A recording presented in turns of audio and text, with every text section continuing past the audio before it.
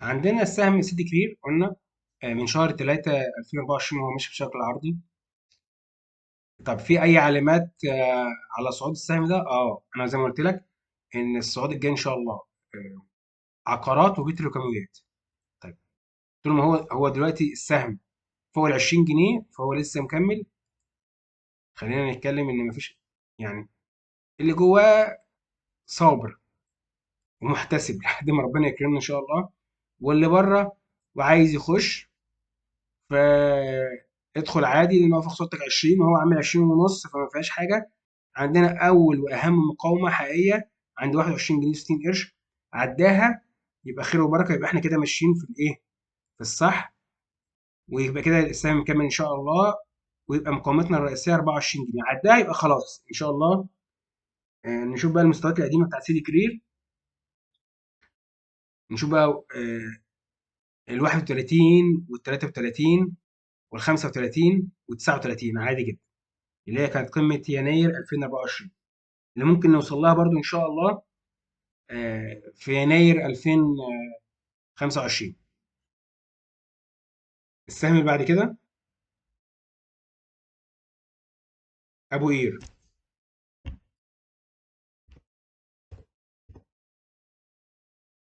أبو قير للأسمدة، آه، حاله زي حال باقي قطاع البتروكيماويات. احنا شايفين الهبوط بتاعه. طبعا المحبوس مش هقدر اقول لك بيع وانت خسران خساره كبيره، دي ترجع لك انت.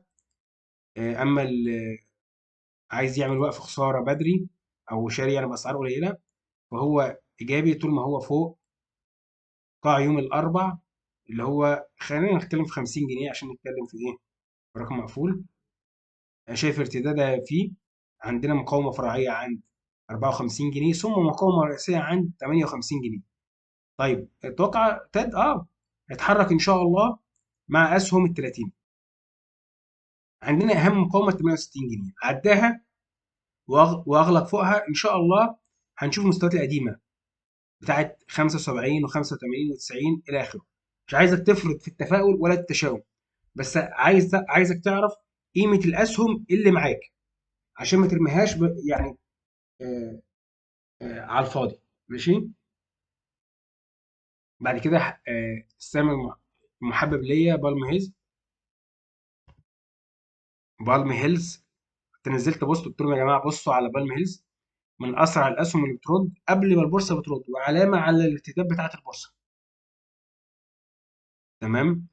فخلينا نقول ان هو برضو واقف خسارته دلوقتي عند 5 جنيه.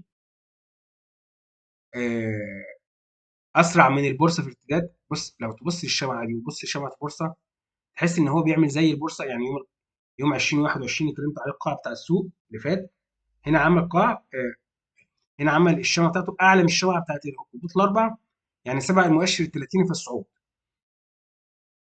لذلك اتوقع ان هو من اسرع الاسهم في قطاع العقارات، على الاقل في ال 30 في كصعودا. فرصه جيده جدا للشراء، يعني بنتكلم في 5 جنيه و60 قرش و5 جنيه و90 قرش.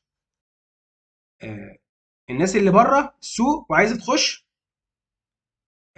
يوم الاحد تقدر تشتري بدون خوف. يعني بقى نستنى اول ساعه في السوق نشوف الماركت هيعمل ايه وبعدين ندخل نشتري من غير خوف، لان في الغالب هتشتري سهم على القاع بتاعه، يعني واقف على دعم. طبعا ما تدخليش تشتري سهم بعد ما طلع 20 30% 20% في اول جلسه ولا حاجه زي كده، او هو طالع او برفورمانس وممكن ممكن يصحح. ماشي. انا بقول الفرص كتيره مفيش اي خوف ايه فيها. تمام. آه بالم هيلز مقاومته الرئيسيه دلوقتي عند 5 جنيه 85 قرش. بعد كده عينك مش تشوفنا النور ان شاء الله هنرجع تاني نختبر ال 7 جنيه، والمره دي ان شاء الله مع ارتداد التلاتيني ان شاء الله نعدي السبعه ونوصل ل 9 جنيه باذن الله. بالم هيلز شركه محترمه ماليا وفنيا. بعد كده موبكو الحوت الازرق زي ما بسميه، اللي خد فلوس الناس وغطس بيها غطس غميق قوي. طبعا موبكو طبعا، اللي يشوفه كده يقول ده ميت كلينيكيا. ماشي تبع السوق. طيب موبكو برضو نفس الكلام على قطاع البتروكيماويات. هو دلوقتي ان شاء الله اتوقع ارتداده برضو الاعلى.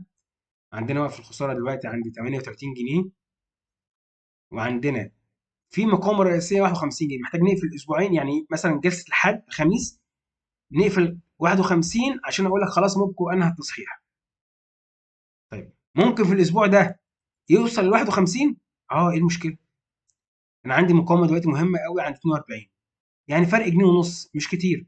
لو عداها يروح ل 52 مستريح عادي. عندنا هنا ثغره، كان سوري جاب عند يوم 27/8، وهو ثغره فعلا، الجاب دي ثغره في توزيع الارباح تقريبا او حسب، لا الجاب دي هيغطيها، وبعدين يطلع يغطي الجاب الثانيه بتاعت شهر فبراير 2025، وبعد كده خلاص.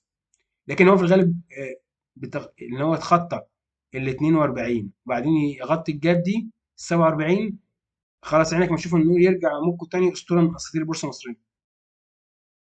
آه، كله هيتحدد على حسب شهر 12 هنشوف تسارع الاسهم، وهنشوف هنوصل فين ان شاء الله. بعد كده سهم القاهره، القاهره الخدمات التعليميه. طيب كان عمل طفره الفتره الاخيره القاهره الخدمات التعليميه. طيب هو دلوقتي في الغالب ممكن ينزل يلمس الدعم اللي هو 26 جنيه.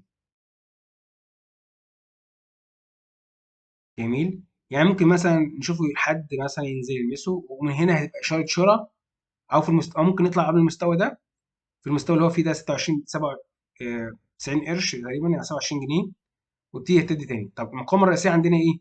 29 جنيه 80 قرش، ووقف الخساره 26 جنيه. اللي عايز يشتري يشتري عادي، ما هو وقف الخساره قريب، يعني انت مش خسران كتير. وهدف قريب زي ما قلنا 30 جنيه، ان انت تعديه خلاص. السهم هينهي التصحيح في الغالب، بس نغلق اسبوعيا، يعني اسبوع فوق في الغالب.